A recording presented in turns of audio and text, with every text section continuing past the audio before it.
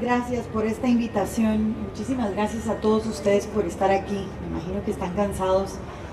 Voy a tratar de dar lo mejor para tenerlos enganchados. Gracias y felicidades a la universidad por este aniversario. Gracias especiales al profesor Iván Oblitas, que ha sido un anfitrión extraordinario, sobre todo enseñándome la cultura de Perú, que es bastante impresionante. Gracias a Rosmeli por todas las diligencias en la logística, y felicidades en nombre de la universidad al doctor Jesús Hidalgo por este aniversario. Yo les voy a hablar sobre la competitividad y el capital humano. Hay una relación bastante importante entre ambas, y antes de empezar quiero que nosotros como estudiantes, bueno, ustedes como estudiantes, regresen a ese momento donde pensaron: ¿qué voy a estudiar? Y piensen cuáles eran las razones o por qué pensaban en las carreras que pensaban.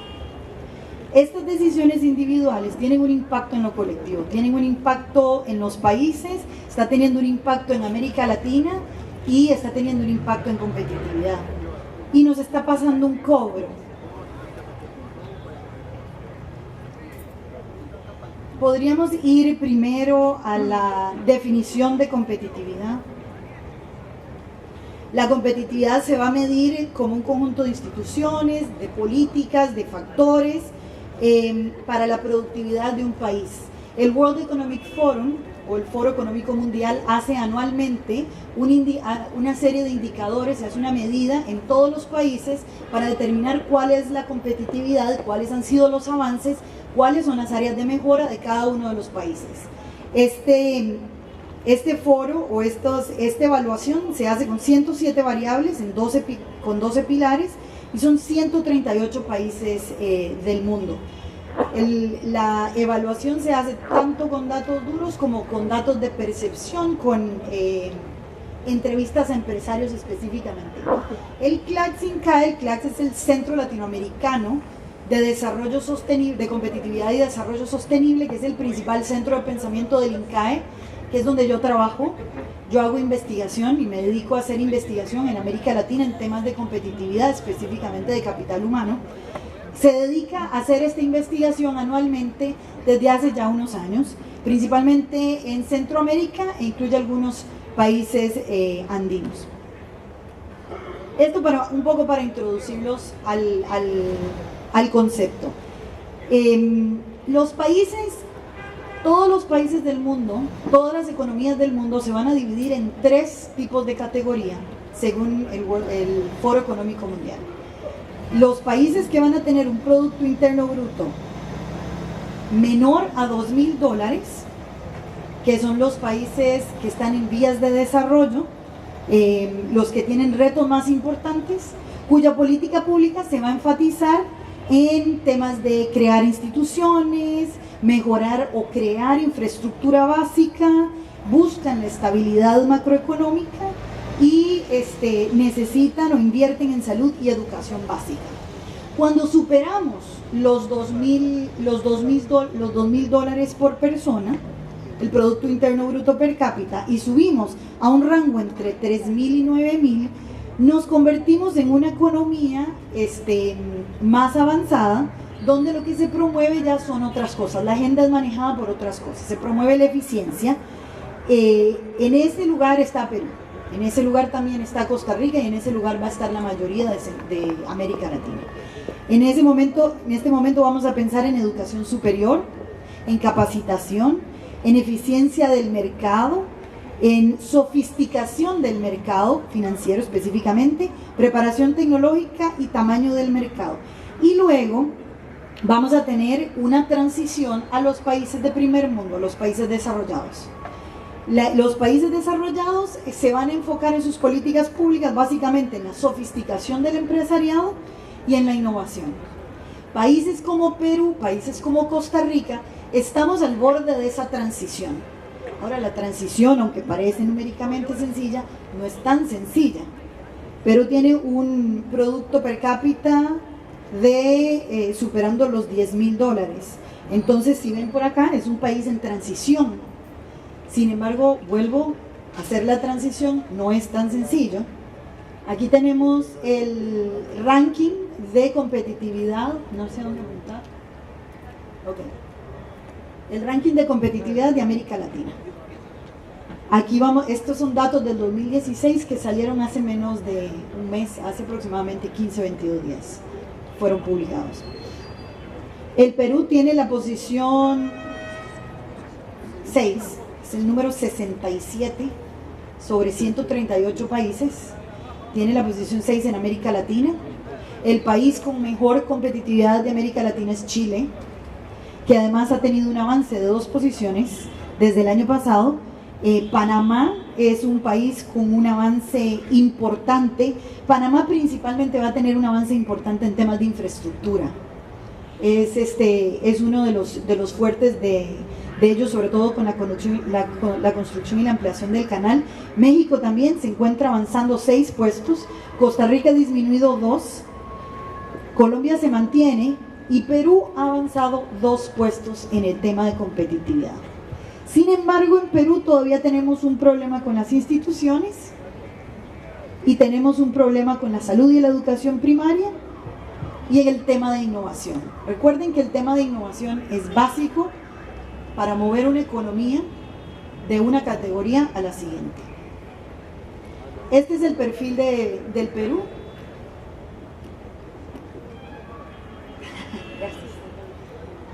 Este es el perfil del Perú con respecto al perfil de América Latina. Tenemos que en el tema de las instituciones, el Perú tiene un ranking menor al promedio de América Latina. Lamentablemente hay una deuda. En el tema de infraestructura también tenemos una deuda con el promedio de América Latina. En el tema del ambiente macroeconómico lo ha hecho mejor que el promedio de América Latina. En el tema de, como lo vimos anteriormente, de educación y salud, educación primaria y salud, también hay una deuda. En el tema de educación superior y entrenamiento estamos en promedio. En la eficiencia de mercado se ha aumentado, en la eficiencia laboral del mercado se ha aumentado, en los mercados financieros también. El tema tecnológico, ahí todavía hay deuda. En el tema del tamaño del mercado, está superior al promedio de América Latina. En el tema de la sofisticación del mercado, todavía hay mucho que hacer, o hay que hacer. Y nuevamente tenemos el tema de innovación, que es un tema en donde Perú tiene muchísimo que ofrecer. Gracias. Además del tema de competitividad, el CLACS trabaja otro concepto muy interesante, que es el concepto del progreso social. Antes de ver este scorecard, les voy a contar un poco qué es esto del progreso social. Durante la crisis de los años 2000, Amartya Sen y Joseph Stiglitz, en una reunión con Sarkozy, empiezan a cuestionarse qué es lo que hemos hecho mal, por qué tenemos este desastre mundial. Y se empiezan a dar cuenta que la medida que se ha utilizado todo el tiempo para el desarrollo es el Producto Interno Bruto. Sin embargo, el Producto Interno Bruto no nos está dando toda la información. El Producto Interno Bruto de China es altísimo. Sin embargo, per cápita es muy parecido al de Perú. Sin embargo, China tiene muchísimos problemas de contaminación. Entonces, ¿qué podemos decir de China? Que es una economía enorme, creciendo, bueno, pero crece por un lado y tiene otro problema por el otro. Tenemos Arabia Saudita, con un Producto Interno altísimo y muy baja tolerancia, muchísima discriminación, mercados reducidos, infraestructura enorme, pero no todo el mundo puede manejar. Carreteras de 7 carriles, pero las mujeres no pueden manejar. Entonces el Producto Interno Bruto no nos da toda la fotografía y necesitamos otra forma de medirlo, de medir todos esos detalles de los países que nos dan indicios de cómo intervenir en el desarrollo. Entonces se crea el índice de progreso social. El índice de progreso social también es una creación de Michael Porter, que es un profesor de Harvard Business School que además de ser el creador de otro montón de conceptos que seguramente ustedes los analizan aquí en la escuela. Es el creador del índice de competitividad global y él sale con el índice de progreso social. Entonces el índice de progreso social es un indicador que no lleva ninguna variable económica, ninguna, es puro progreso social y mide 3 grandes áreas. El área de necesidades básicas, fundamentos de bienestar y oportunidades. Cuando vemos estas 3 áreas, también otra cosa que nos hemos dado cuenta dentro de las economías es que las 3 áreas son igual de importantes. Por supuesto, las economías, dependiendo del tipo de países, van a tener necesidades más en unas que en otras. Los países en desarrollo o los países con más riesgos, estados fallidos, tienden a tener más necesidades dentro de las necesidades básicas y mucho menos, o sea, las oportunidades están todas en rojo. Sin embargo, es más sencillo invertir para erradicar los problemas de necesidades básicas que los problemas de oportunidades. Un ejemplo, si yo tengo una necesidad de salud porque hay sarampión en la niñez, bueno, yo puedo traer vacunas, con dinero traer vacunas y resolver eso en menos de 6 meses. Pero si yo tengo un problema de tolerancia por racismo, yo no puedo ir a la farmacia a comprar 1 kilo de antirracismo. El cambiar la mentalidad y el cambiar los retos de países en temas de discriminación o en temas de oportunidades es mucho más complejo que apoyar a los países en temas de necesidades básicas. Esto para que lo tomen en cuenta una vez que analicemos este scorecard. Ahora, esta es la fotografía, digamos, el ranking que tiene Perú con respecto a países que tienen el mismo Producto Interno Bruto. Porque el índice de progreso social lo que busca es ver qué hace el país con la plata. ¿Qué hace un país con su Producto Interno Bruto? ¿Lo logra traducir en progreso social o no? ¿O el progreso social es solo para unos? ¿O el progreso social sí, pero solo en necesidades básicas, no genera oportunidades? Entonces, el índice de progreso social nos va a dar esa respuesta, ¿no? ¿Qué tan eficiente es el país en transformar su riqueza o su dinero en progreso social para sus habitantes? Entonces, para poder evaluar un país, lo que hacemos no es compararlo con el resto del mundo, porque si comparamos a Perú con Finlandia, seguramente Perú va a salir todo en rojo, igual que si comparamos Costa Rica con Dinamarca. Lo que hacemos es comparar a Perú con economías que tienen el mismo Producto Interno Bruto per cápita. Por eso China es una economía que se compara con Perú para generar un progreso social. Porque a pesar de que el Producto Interno Bruto de China es muchísimas veces el de Perú, cuando lo dividimos por persona, tenemos un ingreso parecido. Y ahí es donde vamos a decir, bueno, ¿qué hace China con su dinero en progreso social y qué hace Perú con su dinero en progreso social cuando los dos tienen la misma cantidad de dinero por persona? Y se hace una comparación. De ahí sale este scorecard y esta nota. Cuando vemos un rojo quiere decir que estamos en deuda, que no lo estamos haciendo bien en comparación al resto de países. Ahora, esto no es una comparación solamente con China, esto es una comparación con 15 países que tienen Producto Interno Bruto similar al de Perú. Aquí están Jordania, está Túnez, China, Ecuador, Mongolia, Macedonia, República Dominicana, Colombia, Sudáfrica y otros 7 más. ¿Cuáles son los retos que tiene Perú en temas de necesidades humanas básicas? Agua y saneamiento, acceso rural a fuentes de agua mejoradas. Pero bueno, el tema del que les quería hablar es el tema de oportunidades. En el tema de oportunidades, Perú tiene una deuda en libertad de culto, una deuda en embarazo adolescente y una deuda en discriminación a minorías. Esto es importante para pasar al tema de educación superior. O sea que lo que quiere decir aquí es que Perú debería de enfocarse en esas áreas para mejorar su perfil de progreso social.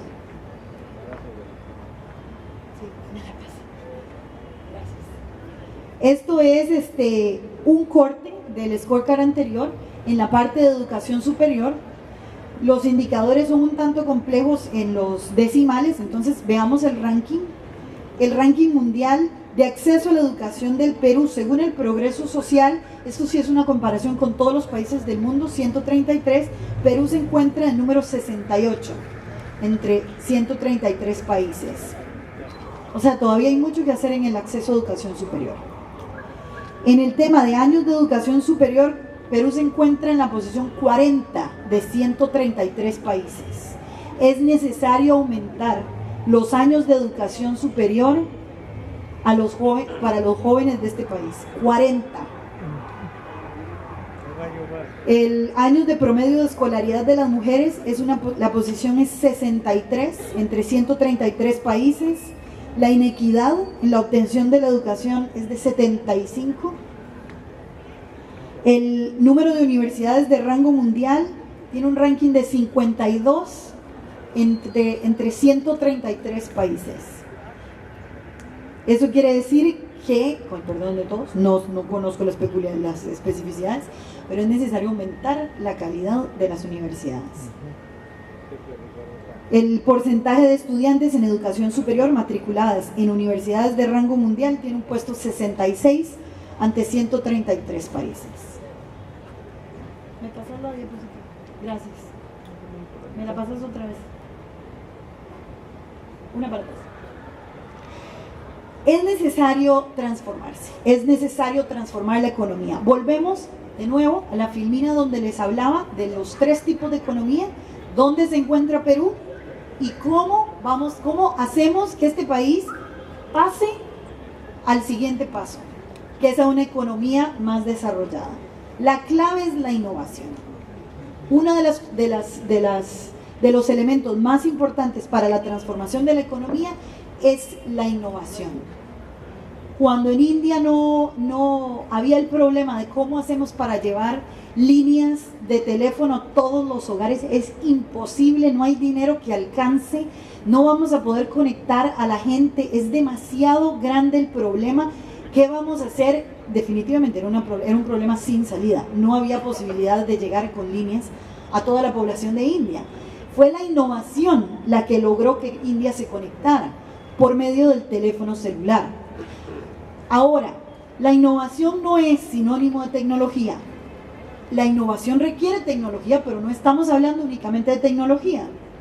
Por ejemplo, la ruta gastronómica que tiene turística en Lima, o sea, eso no es tecnología, eso es innovación. Y posiblemente es con muy pocos países en el mundo con el que Lima compite con este tipo de producto de atracción de turismo por medio de una ruta gastronómica. Eso es innovación. En el tema de la innovación es importante determinar qué es lo que estamos haciendo bien y seguir haciéndolo bien. Si las relaciones internacionales que está teniendo China, por ejemplo, en el marco de la presentación anterior de APEC, han sido positivas y además tienen proyecciones positivas por medio de la agroindustria, pues hay que continuarla. Siempre se recomienda que cuando una economía se basa tiene una dependencia en exportaciones de materias primas, hay un poco más de riesgo de la volatilidad económica cuando hablamos de economía, cuando hablamos de agroindustria. Sin embargo, cuando tenemos la agroindustria y sofisticamos el producto y le damos más valor agregado al producto, tenemos mayor posibilidad de mantenernos líderes en el mercado. En Costa Rica, por ejemplo, ha sido siempre una economía del café, pero además el café ha sido la que creó caudillos, la que creó una clase literada, ha sido el grano de oro, está presente en nuestros billetes, en nuestro escudo. Sin embargo, a Brasil se le ocurre, por ahí de los años 70, de los años 70, empezar a hacer exportación en café. Brasil nosotros, Costa Rica mide 52.000 kilómetros cuadrados. En Brasil hay fincas de café que triplican el territorio de Costa Rica. ¿Cómo va a competir Costa Rica con Brasil en café? Es imposible. Entonces, innovamos y diversificamos. Entonces, ahora no producimos el mismo café que Brasil, producimos solo café gourmet y además le metimos chocolate y le metimos chocolate blanco y ahora hay un producto Brit que está superando las exportaciones de café, que es el mismo café, pero con una serie de valor agregado, porque entonces antes lo que se sacaba por una fanega, se saca por una bolsa así de chocolate. Y esa es la forma de Costa Rica posicionarse, porque no podemos competir prácticamente con nadie en temas de masificación agroindustrial. Costa Rica sin embargo, sí es importante aprovechar lo que ya tenemos como economía, porque como dice Ricardo Hausmann, es mucho más sencillo crear cadenas de valor de las producciones actuales que crear producciones nuevas. Por ejemplo, la minería en Perú y la agroindustria en Perú. Si Perú decidiese incursionar en la astronáutica, posiblemente le tome décadas llegar a ser un buen productor de esa área. Sin embargo, si Perú, desde la producción que tiene, decide sofisticar o cambiarse a un producto similar al que ya tiene, es muy posible que tenga el éxito asegurado en muy poco tiempo. Les cuento otra vez una historia de Costa Rica con respecto al banano.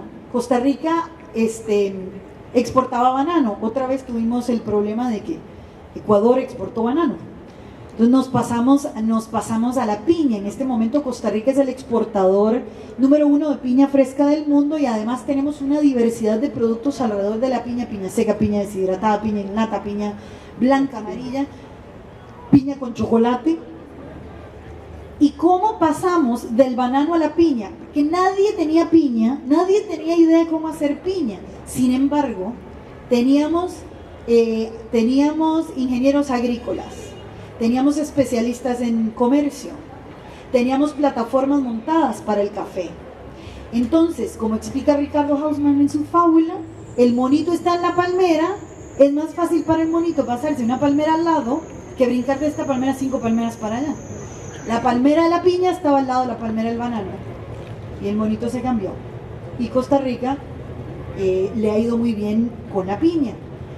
En Perú yo encuentro muchísimas oportunidades de hacer exactamente lo mismo. O sea, en temas de turismo, por ejemplo, es mi opinión que hay muchísimo espacio para hacer explotación de turismo, porque tienen muchos microclimas, tienen mucho turismo, tienen mucho que ofrecer colonial, histórico, la ruta gastronómica y desarrollarse alrededor de la gastronomía. Fíjense, por ejemplo, que en minería, en Costa Rica es prohibida la minería, y es prohibida la minería a cielo abierto, porque es un país terriblemente ecologista.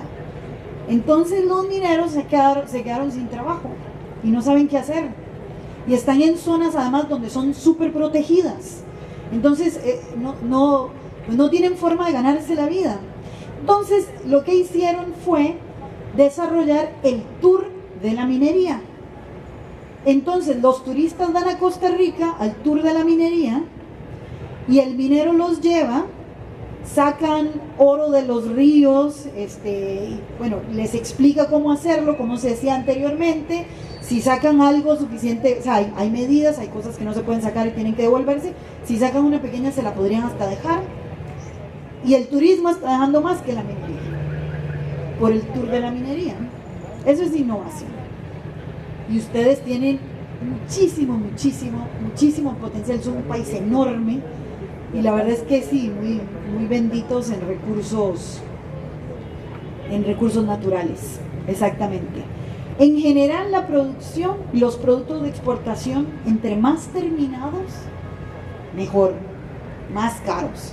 Entre más diversas nuestras exportaciones, entre más diverso nuestro mercado, mejor. Si tenemos minería, exportación, pero también turismo y también servicios y también la ruta gastronómica y también la minería, mejor. Hay menos riesgo. ¿Cuál es el principal recurso para competir en temas de innovación? Bueno, ustedes lo han visto, ¿no? El principal recurso en Lima ha sido este señor Gastón Acurio, que es un maestro, Rafael Osterling. Es el capital humano. Lo mejor que puede hacer un país es invertir en su capital humano. ¿Por qué? Porque el capital humano es el que logra darle ese valor agregado al producto. Porque el producto no se cambia a sí mismo, necesita una serie de especialistas. Especialistas que logren decir, ok, vamos a darle mercadeo, ahora vamos a comercializarlo de esta forma, vamos a cambiar el diseño, vamos a producir en masa, vamos a mejorar la producción. Entre más especialistas alrededor de un producto, entre más aporte de diferentes especialistas alrededor de un producto, más valor va a tener ese producto. Si yo lo que vendo es café recolectado por un señor, pues voy a vender café recolectado por un señor y voy a recibir ese precio. Pero si a ese café recolectado le sumo un ingeniero industrial, le sumo un especialista en mercadeo, le sumo a alguien que hable inglés, le sumo a alguien que maneje redes sociales, que logre el comercio internacional, que además coloque casa en casa, y un especialista en chocolate, un chef, se logran productos mucho más caros. La innovación depende del capital humano. La inversión en el capital humano en economías como las nuestras es necesario, es muy relevante. Ustedes son terriblemente relevantes para esta economía. Esa decisión que tomaron hace unos años de qué voy a estudiar, esa decisión de todos ustedes como individuos y como colectivo es el futuro de la economía de Perú. Y Perú en este momento enfrenta importantes desafíos en capital humano. Cuando hablamos de matrícula secundaria, esto es otra vez del Foro Económico Mundial, pero específicamente en el ranking de capital humano. Cuando hablamos de Perú y de la matrícula secundaria, Perú es número 62 ante 138 países. Cuando hablamos de matrícula terciaria, estamos también un poco en deuda. Calidad del sistema educativo, somos 127 de 138. Eso es muy grave. Estamos 127 puestos debajo del número 1 y estamos muy cerca del peor. Calidad de enseñanza en ciencias y matemáticas es el rubro que más adeuda. Oferta de entrenamiento especializado en el trabajo también se adeuda. Y participación de la mujer en la fuerza laboral, 66 de 138. Aquí hay muchas oportunidades de mejora.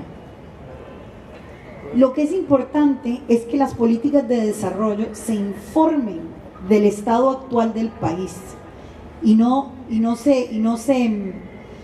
no tendemos como especialistas en política pública a veces a hacer recomendaciones con base en olfato, en experiencia. Entonces pensamos que porque estamos en la universidad, la educación superior está muy bien, pero siempre es mejor basarnos en evidencia antes de hacer política pública. Uno de los costos del capital humano es la innovación. En la capacidad de innovación, Perú está muy deficitario, con una posición 111 de 138. Y en general, en temas de innovación, gasto de empresas en inversión, en investigación y desarrollo, colaboración entre las universidades y las industrias. Investigación y desarrollo es el último paso de capital humano en las economías más avanzadas. Esa es la apuesta que hacen países como Costa Rica, es la apuesta que hizo Corea del Sur y la ganó, es la apuesta que hizo Singapur y la ganó. En general, los tigres asiáticos, esta es la apuesta que hicieron, la del capital humano y la investigación y el desarrollo. Si yo tengo una maquila, el trabajo en capital humano de las personas en la maquila es poco valor agregado. Si estas personas de la maquila más bien hacen maquila avanzada, si luego pasan a maquila tecnológica y terminan haciendo investigación y desarrollo de software o hardware, estamos hablando de salarios mucho más altos, de exportación de productos mucho más caros y además de la atracción de una inversión extranjera directa de mucho mayor calidad. Perú es el número 7 de 10 en temas de capital humano en América Latina. Pásamela, por favor. Sí. Este slide la pasé porque prefiero hacer una investigación que hice, o sea, algo muy pequeño que hice recientemente, porque veo, y no solo en esta universidad, sino en la universidad en la que yo trabajo y en general en las universidades de América Latina, y supongo que es en América Latina en general, hay muy poca presencia de mujeres en puestos de poder. Hay muy poca presencia de mujeres en gerencias, en puestos de profesores. Sin embargo, sí hay inserción de la mujer en la fuerza laboral. El asunto es la posición que tienen, que no es una posición de poder. Entonces, quería darles la lista de las razones por las que las mujeres, por las que este estudio globalmente determina que las mujeres no entran lo que deberían de entrar dentro de los puestos de poder. Recuerden que dijimos que Perú tiene una posición 66 ante 138 en la incorporación de mujeres en el capital humano.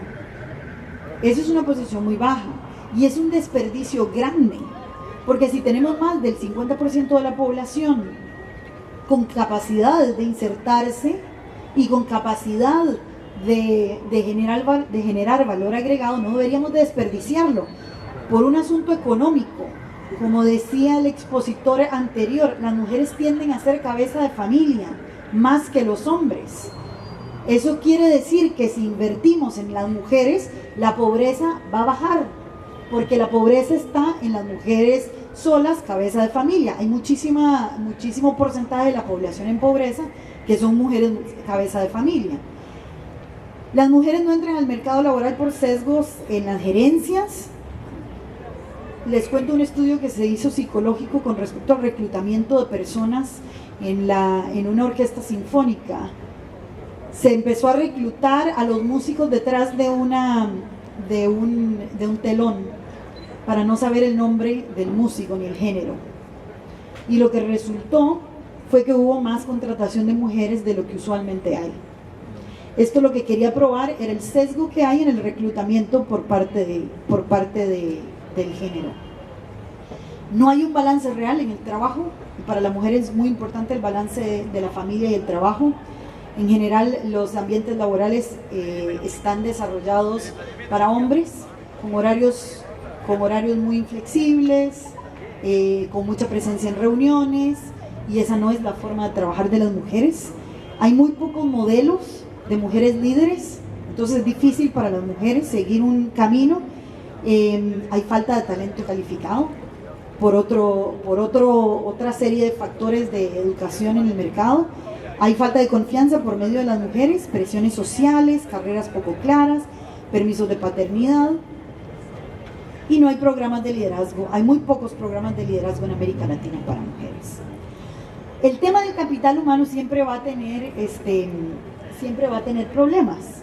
Aquí les pongo un ejemplo, este es un ejemplo de Costa Rica, en donde en Costa Rica se trata de hacer una innovación, donde el seguro de salud quiere meter un expediente único digitalizado, y los sindicatos hacen una manifestación porque ese expediente único va a desplazar fuerza laboral. Entonces, en el tema del capital humano, por lo menos en Costa Rica, y supongo que en Perú debe ser parecido en las negociaciones, los sindicatos tienen mucho que decir para mantener el status quo. El futuro requiere de capital humano flexible.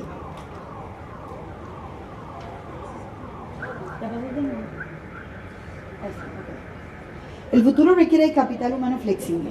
Necesitamos formaciones multidisciplinarias, híbrido de habilidades y conocimientos. Por ejemplo, hay una nueva ciencia que es donde yo estoy incursionando, que se llama economía del comportamiento, behavioral economics. Y eso es una relación entre la economía y la psicología. Y es necesario conocer de ambas, las cuales hace 10 años, cuando yo estudiaba, tenemos un poquito más, eran absolutamente opuestas. Ahora se valora todo aprendizaje que tenga el capital humano, sobre todo en temas de diversidad. Steve Jobs nos cuenta, ¿no?, de su interés por el diseño y cómo este resulta después para hacer un diseño especial en Apple. Es necesario combinar habilidades matemáticas con habilidades sociales. No podemos quedarnos con el estigma del matemático que solo se dedica a lo matemático y trabaja solo en una biblioteca alrededor de sus libros. Tiene que socializar, no quiere decir hacer montones de amigos, pero sí tiene que entrar en temas de comunicación, tiene que entrar en temas de exposición, en temas de trabajo en grupo. Las habilidades blandas son indispensables y a veces en el tema de América Latina, a veces son contraculturales, lo cual hay que tenerle mucho cuidado, porque el liderazgo no siempre es bien visto en culturas latinoamericanas. El trabajo en grupo tiene otras formas. Las comunicaciones tienden a no ser directas y hay que tener cuidado con las habilidades blandas y convertir todo esto en comunicación asertiva, en trabajo en grupo óptimos, liderazgos positivos, y es necesario estar constantemente actualizándonos. No podemos dejar de terminamos de estudiar y ya no leo más. Siempre hay que seguir actualizándose para poder ser un capital humano valioso.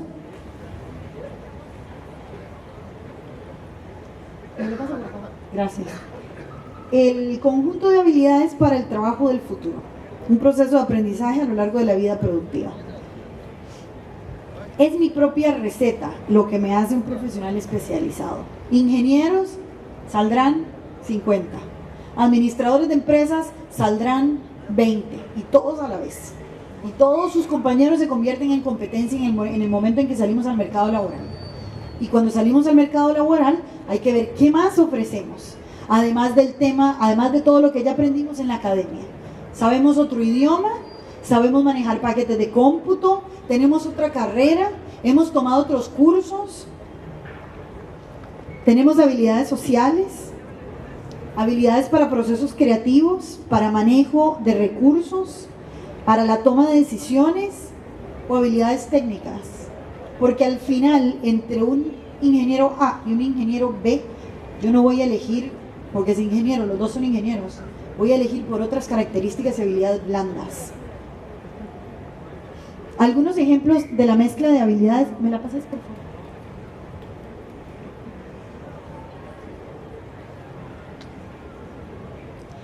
Los matemáticos, contadores e ingenieros, que son solo matemáticos, contadores e ingenieros, tienen un futuro más complicado. Los carpinteros, choferes y guardias tienen un reto también con respecto al futuro. Sin embargo, si hacemos mezclas, abogados, publicistas, diseñadores, donde hay mayor presencia de habilidades sociales, o economistas, programadores y científicos de datos, donde hay además habilidades matemáticas, ven cómo en el plano se cruzan las habilidades sociales y las habilidades matemáticas. Si nos logramos colocar en la parte superior derecha, tenemos mayor probabilidad de obtener un trabajo mejor remunerado en el mercado que se avecina. ¿Cuáles son los factores de cambio en el mercado laboral en los próximos 20 años? Esto es la percepción de los empresarios en cuáles son las tendencias más importantes cambiando el mercado en este momento. De las tendencias más importantes, por ejemplo, es el trabajo flexible. Esto de marcar tarjeta ya pasó, o sea, a menos que tenga que atender público, no ha probado ser eficiente. O sea, las jornadas laborales están cambiando en países desarrollados. Costa Rica tiene una jornada laboral de 48 horas, Estados Unidos tiene una jornada laboral de 40 horas. Estados Unidos trabaja en promedio 55 horas semanales, en Costa Rica se trabaja en promedio 38. No tiene que ver con jornadas laborales. La productividad no responde a entrar a las 8 y salir a las 5. Responde a tener recursos, responde a poder hacer lo que uno quiere, a tener la capacidad de trabajar en la casa, en la playa, en la oficina, donde sea, pero producir. Y producir de alta calidad, porque pues tampoco... Mercados emergentes, cambio climático, también estamos cambiando el paradigma, la geopolítica, el consumo ético, la longevidad, el bono demográfico, el empoderamiento de la mujer y el crecimiento urbano. Estos son factores que nos están cambiando el mercado laboral en los próximos 20 años. En tecnología, esto es importante, chicos, esto es importante para ustedes. El internet móvil y la nube. El Big Data, es importantísimo llevar cursos de estadística, saber cómo manejar programas, cómo analizar datos. Si yo les pongo un gráfico, deberían todos, aunque estudien historia, de poder interpretar un gráfico con números. Los números son sus amigos, no sus enemigos. Internet de las cosas, es una traducción. Economía colaborativa. La economía colaborativa está cambiando el mercado, pero muy, muy rápido. Por ejemplo, Airbnb. No sé si ustedes conocen del sistema Airbnb o el sistema Uber. Eso es economía colaborativa. Todos vamos a colaborar, o los sistemas TripAdvisor. Si a mí me va mal en un restaurante en Perú, yo puedo poner en TripAdvisor que me fue mal. Puedo poner mi experiencia y posiblemente le cause un gran problema financiero al lugar que me maltrató o que me dio un mal servicio. Airbnb, que son las casas y los apartamentos que se están alquilando y que la gente los está utilizando menos que los hoteles, creció en un 500% en los últimos 3 años, mientras que los hoteles no crecieron en el mundo. Esto es un dato de la Organización Internacional del Turismo. ¿Y qué hacemos? O sea, eso es economía colaborativa, porque claro, pues es mucho más interesante. Si a mí me dicen, me quedo en Lima, yo tengo un niño pequeño, yo necesito una cocina. Si a mí me alquilan un apartamento en Lima, al mismo precio que un hotel en Lima, pero el apartamento es una casa equipada con cucharas y refrigeradora y etcétera, me voy por Airbnb. El problema es que Airbnb no paga los impuestos que paga el hotel.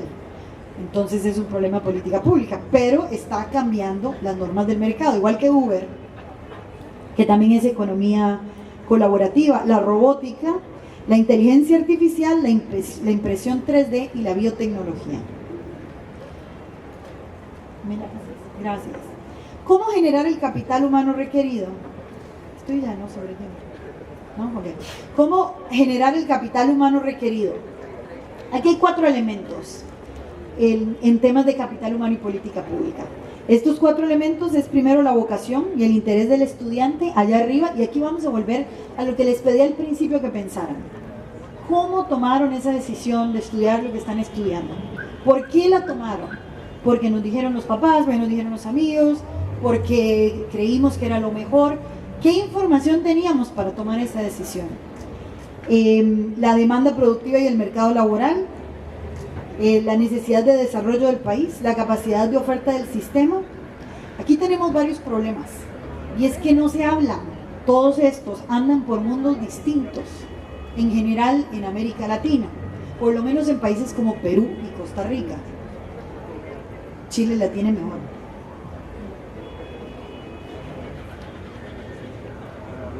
Por ejemplo, la vocación y los intereses del estudiante. En Costa Rica, y seguramente aquí también ha pasado lo mismo, cuando salió CSI, aumentó la matrícula en la carrera de psicología criminológica. Deben de haber en el país, o sea, mi país es de la mitad de la población de Lima, deben de haber en mi país unos 20 puestos de psicología criminológica. 20 puestos. Generaciones enteras estudiaban psicología criminológica porque habían visto CSI. Eso es lo que está informando a la gente a tomar decisiones, o la tradición del abogado y la tradición del doctor. En Costa Rica tenemos abogados que manejan taxis porque no logran encontrar trabajo. El mercado está abarrotado. Para poder conseguir trabajo como abogado es necesario ser abogado de universidades muy importantes, hablando 3 idiomas, manejando paquetes, trayendo clientes, y aún así tendrá muchísima competencia. médicos igual, pero no tenemos doctorado en matemática, no tenemos doctorado en ingeniería, tenemos un faltante enorme de administradores de sistemas cloud. No podemos pasar, aunque tenemos toda la industria lista pidiéndonos a gritos, necesitamos movernos a la investigación y al desarrollo con los servicios que ya trajimos al país, y no podemos porque no tenemos el capital humano, que todos quieren ser abogados y todos quieren ser médicos y todos quieren ser psicólogos, y hay un montón de maestros. Y no me tomen mal, son carreras extraordinarias, y si ustedes quieren hacerlo, pues hay que hacerlo, adelante, pero hay que saber que después de 4 o 5 años el mercado va a tener un comportamiento como el que tiene, y todos deberíamos de tener esa información, y esa es la recomendación número 1 que vengo a hacer aquí con respecto al capital humano. Ahorita retomamos esa parte. La oferta del sistema. La oferta del sistema, lo que pasa es que es lenta. Las universidades, las universidades no son rápidas, necesitan pasar por tienen un proceso, tienen un due diligence, necesitan pasar por un proceso para generar nuevas carreras, además de que una vez que la generan hay que esperarse 5 años a que la persona se gradúe, o 4, o 3, o un doctorado. Entonces el cambiar la educación es una forma, y hay que hacerla, pero no es una forma inmediata. Hay que tomar en cuenta también que muchas universidades, tampoco conozco la posición de esta, tienen una posición de responder al llamado de educar por educar, no necesariamente educar para el mercado laboral. Entonces, cuando la universidad no se quiere alinear o no tiene como política alinearse al mercado laboral, es difícil otra vez cambiar la oferta de la universidad. Y la necesidad de desarrollo del país. La necesidad de desarrollo del país no la sabe nadie. Yo no sé aquí, tal vez sí con esta persona que vino ayer de la CEPLAN, tal vez ellos tengan identificado cuál es el crecimiento del país, en qué tipo de industrias, y por tanto pueden sacar cuál es la necesidad de capital humano en unos 5 o 6 años. Pero en general, eso no se sabe. Todos creemos que vamos a tener un trabajo a los 5 años o a los 6 años. Y sin embargo es información muy sencilla de identificar, porque los países tienen planes de atracción de inversión extranjera directa, y se puede determinar cuántos profesionales por cada empresa se proyectan a los 5 años. Y se le puede decir a los estudiantes, si usted estudia esta carrera, va a ganar aproximadamente 3 salarios mínimos de salida, y si estudia esta, va a entrar a un mercado saturado con un desempleo de tal porcentaje y un salario posiblemente mínimo, 1. Tome la decisión que quiera tomar, pero infórmese. Y estamos en obligación de informarles. Si quieren me pasa, por favor. Esa es la relación que estoy recomendando.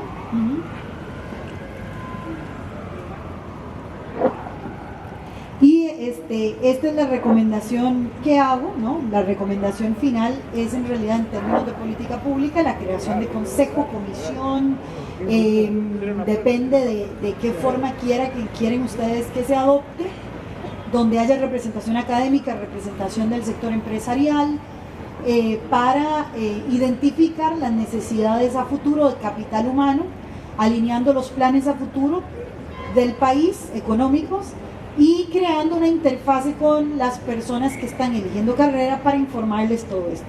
Una simple aplicación para los estudiantes, donde puedan entrar y saber qué tal si estudio astronáutica, cómo me va a ir. Bueno, tal vez me vaya mejor que estudiando Derecho, o tal vez debería de ser chef en un país como Perú. Pero las decisiones que ustedes tomaron, estoy segura que fueron poco informadas en este tipo de datos. Ojalá les vaya muy bien en su futuro. Además, recuerden capacitarse mucho más, diversificar lo que ya saben. Y en términos de política pública es necesario crear siempre un organismo intermediador. Ese organismo intermediador es el que ha hecho de Chile un país, por ejemplo, tan competitivo. Bueno, ellos también tienen cobre, pero lo ha hecho un país muy competitivo, alineando su capital humano al futuro. Ha sido las buenas prácticas de los países, de los tigres asiáticos, como les decía. Las decisiones individuales van a impactar siempre en lo colectivo, La decisión de cada persona es importante y hay que enfocarse en esa decisión de capital humano. Muchas gracias.